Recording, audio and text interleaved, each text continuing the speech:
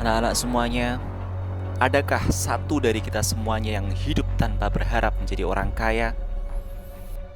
Adakah satu dari kita semua yang hidup tanpa berharap menjadi orang yang berpengaruh? Adakah satu dari kita semuanya yang hidup tanpa berharap menjadi orang yang dihormati?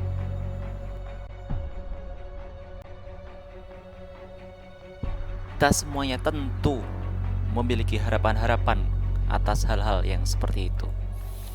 Akan tetapi pertanyaannya, seberapa yakinkah kita dapat menjamin semua itu akan terjadi? Kapankah kita dipastikan semua itu akan terjadi?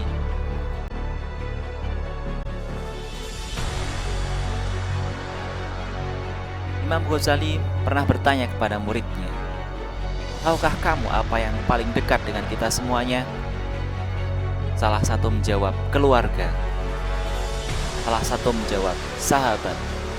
Kata sang guru, "Tidak, ada yang lebih dekat dari itu semuanya, yaitu akhir dari kehidupan kita adalah kematian kita, adalah akhir dari segala cita-cita kita di dunia, adalah akhir dari segala impian-impian kita di dunia." Karena semuanya ada dua hari akhir yang harus kita yakini. Yang pertama adalah akhir dari kehidupan kita atau kita sebut dengan kematian, dan yang kedua adalah akhir dari kehidupan seluruh dunia dan seisinya atau kita sebut dengan hari kiamat. Atau akhir dari kehidupan kita, ada yang menggambarkan seperti sedang diiris-iris oleh 10.000 sayatan pedang mulai dari ujung kaki sampai ujung kepala. Ada lagi yang menggambarkan seperti binatang yang dikuliti hidup-hidup. Sangat menyakitkan. Baru kematian atau akhir dari kehidupan satu pertama tak dapat betapa mengerikannya akhir dari kehidupan dunia dan seisinya.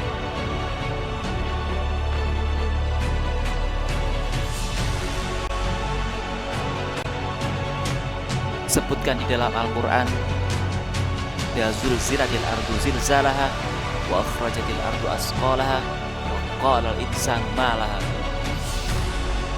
Hari akhir adalah apabila bumi diguncangkan dengan sedahsyat-dahsyatnya. Bumi mengeluarkan beban-beban yang ada di dalam kandungannya. Manusia berlarian ke sana kemari dan bingung.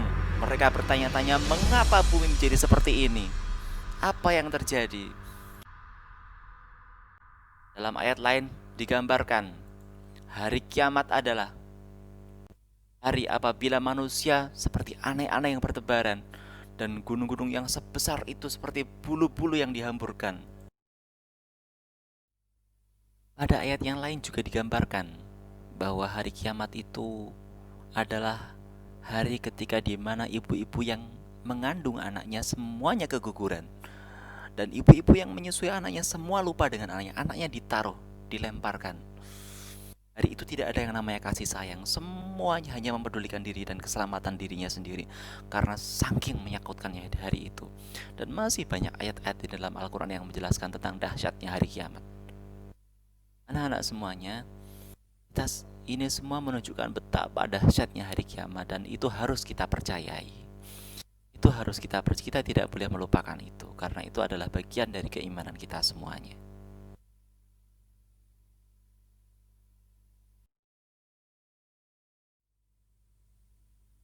Anak-anak semuanya, berikutnya akan kami jelaskan bagaimana terjadinya hari akhir.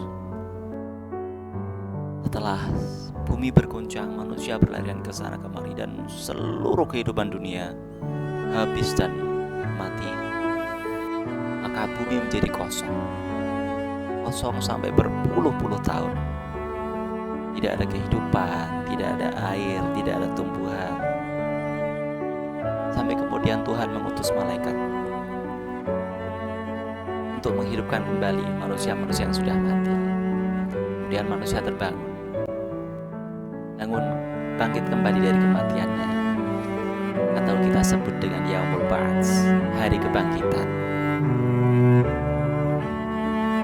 Setelah itu kemudian, setelah manusia dibangkitkan, yang semula tulang belulang yang sudah hancur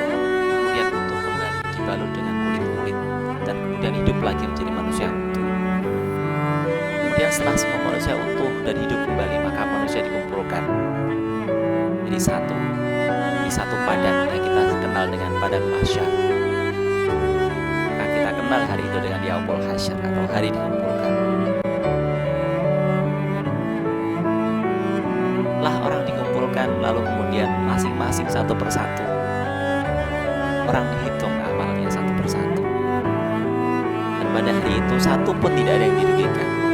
Semua akan ditimbang sekecil apapun yang kita berbuat baik kepada orang, dan kita memberi dan amal yang sangat sedikit semua diperhitungkan. Pada perhitungan itu semuanya ditimbang. Wa ya'mal misqala dzarratin khairan yarah wa ya'mal misqala dzarratin syarran yarah. Semuanya ditimbang. Ada itu yang beramal sedikit, amal baik akan melihat kebaikan, dan yang beramal buruk akan melihat keburukan. Setelah menerima itu, kemudian kita akan melewati jembatan sirat, jembatan yang sangat tajam dan licin yang tidak bisa dilalui oleh kaki biasa, akan tetapi hanya bisa dilalui oleh amal yang saleh.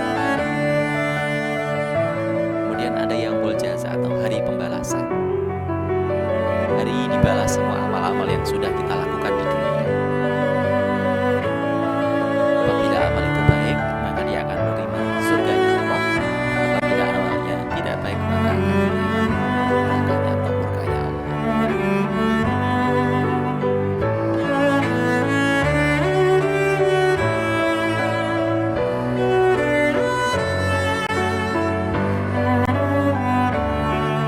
Nah, semuanya, mengapa kita sudah mempelajari tentang hari akhir?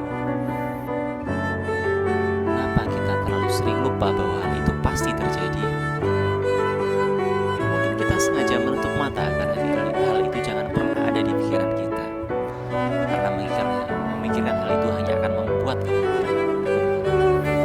Nah, semuanya, mengapa kita begitu yakin dengan cita-cita kita, dengan semua yang terus-menerus kita kejar, gelar, kekayaan, pengaruh jabatan, nilai prestasi, dan yang lain sebagainya?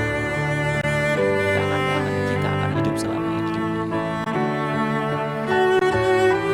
Nah, semuanya, lidah kita terlalu fasih menyebutkan bahwa kita beriman pada hari akhir. Akan tetapi nyatanya, benarkah diri kita, hidup kita, kesadaran kita sudah mencerminkan perilaku orang-orang yang beriman pada hari akhir? Karena semuanya, mengapa kita tidak juga mengerti bahwa beriman kepada hari akhir itu artinya bahwa setiap saat kita harus terus-menerus belajar menyadarkan diri bahwa segala yang ada di atas dunia ini akan sirna dan berakhir. Lalu mengapa kita masih tak berhenti-henti mengejar sesuatu yang akan berakhir ini? Nah, semuanya, jika kita tahu hari akhir pasti terjadi, mengapa kita masih tidak bersegera untuk mempersiapkan diri? Berapa kalikah kita ibadah dalam satu hari? Berapa seringkah kita sudah sholat malam? Seberapa seringkah kita sudah membaca Al-Quran beserta artinya? Berapa kalikah kita membaca sholawat kepada Nabi agar mendapatkan syafaatnya di hari kiamat? Belum, mengapa tidak kita persiapkan? Jika kita memang beriman kepada hari akhir, lalu apa yang sudah kita persiapkan?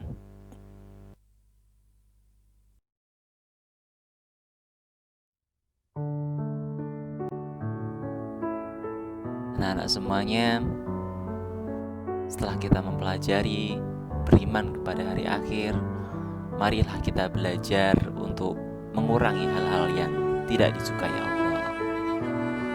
Marilah kita belajar untuk mengurangi menumpuk-numpuk sesuatu yang akan kita bangun di dunia, karena kita yakin bahwa dunia ini akan kita tinggalkan dan akan berakhir. Menyenangi hal yang disenangi Allah, karena kita sudah yakin walal akhiratu khairun laka minal ula. Akhirat itu lebih baik daripada apa yang ada saat ini. Marilah kita belajar untuk meningkatkan diri, beramal saleh, memperbaiki niat. Marilah kita belajar untuk jangan terlalu sibuk terus-menerus mengejar dunia,